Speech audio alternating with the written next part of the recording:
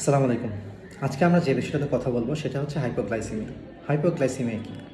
Hypoglycaemia হচ্ছে যদি আমরা ইনসুলিন বা ওষুধ ব্যবহার করার পরে যদি রক্তে শর্করার পরিমাণ 2.5 বা 2.5 মিলিলিটার যদি নিচে চলে আসে, সেটাই হচ্ছে হাইপোগ্লাইসেমিয়া। সেইটার কারণে যদি যে শরীরে প্রতিক্রিয়া দেখা দিবে সেটাই হাইপোগ্লাইসেমিয়া। কী কী প্রতিক্রিয়া দেখা দিতে পারে?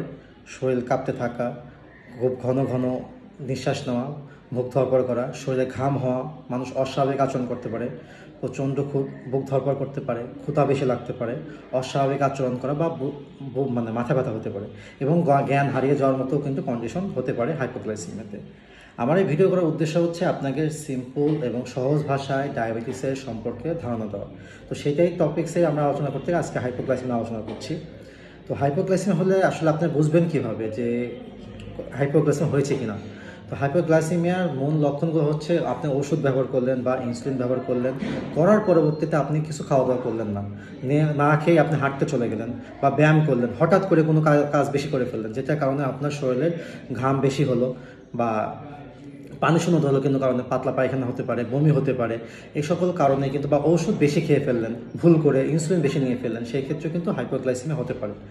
হাইপোগ্লাইসেমিয়া হলে আপনার কি করণীয়? আগে সবার প্রথমে আমি যেটা বলবো, সবার প্রথমে আপনার ডায়াবেটিস পরীক্ষা করতে হবে। এখন ডায়াবেটিস পরীক্ষা করতে হবে, আপনি জানতেই পারলেন না আপনার হাইপো হয়েছে না হাইপারগ্লাইসেমিয়া বা ডায়াবেটিস বেড়ে গেছে। তো যদি হাইপো হয় তখন সেই ধরনের ব্যবস্থাটা নিতে হবে। যদি আড়াই নিচে চলে আসে তাহলে 4 থেকে 8 চা চামচ চিনি গুলিয়ে খেয়ে ফেলতে হবে, বা গ্লুকোজ ইনফিউশন লাগতে পারে, বা রিকারেন্ট বা প্রতি বারেবার যদি একটা সময় নির্দিষ্ট সময় পর হাইপোগ্লাইসেমিয়া, অবশ্যই ডাক্তারকে পরবর্তী ভিজিটে আপনি জানাবেন। আর আমি সেটা বলবো, সবার আগে ভালো হচ্ছে আপনি পরিমাপ করবেন, গ্লুকোজ পানি খেলেন এবং ডাক্তারের কাছে যাবেন। কারণ হাইপোগ্লাইসেমিয়া কিন্তু একটা নিয়ার ডেথ কন্ডিশন, সেখানে কিন্তু মানুষের অনেক ক্ষতি হয়ে যেতে পারে। তো হাইপোগ্লাইসেমিয়া আমরা সেটা ভয় করি যে ইনসুলিন নিলে কিন্তু ডায়াবেটিস পেশেন্টের আপনার হাইপো হতে পারে বা ওষুধ বেশি খেলে হাইপো হতে পারে। তো আমি যেটা বলবো, সবসময় আমার একটা মেসেজ থাকবে যে আপনারা সবসময় ডাক্তারের পরামর্শ অনুযায়ী ওষুধ বা ইনসুলিন ব্যবহার করবেন এবং যেভাবে আপনাকে খাবার তালিকা দেওয়া হয়ে থাকে সেইভাবেই কিন্তু আপনারা খাবেন। যদি এর ব্যত্যয় হয় তাহলে কিন্তু হাইপোগ্লাইসেমিয়ার চান্স অনেক বেশি থাকে। আশা করি যদি আপনি নিয়মগুলো ঠিক মতো মেনটেন করেন তাহলে ইনশাল্লাহ হাইপোগ্লাইসেমিয়া ইনশাল্লাহ হবে না।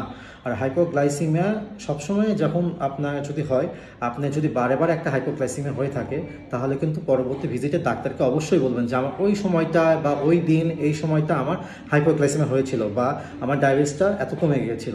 ঠিক আছে, ভালো থাকবেন। আসসালামু আলাইকুম।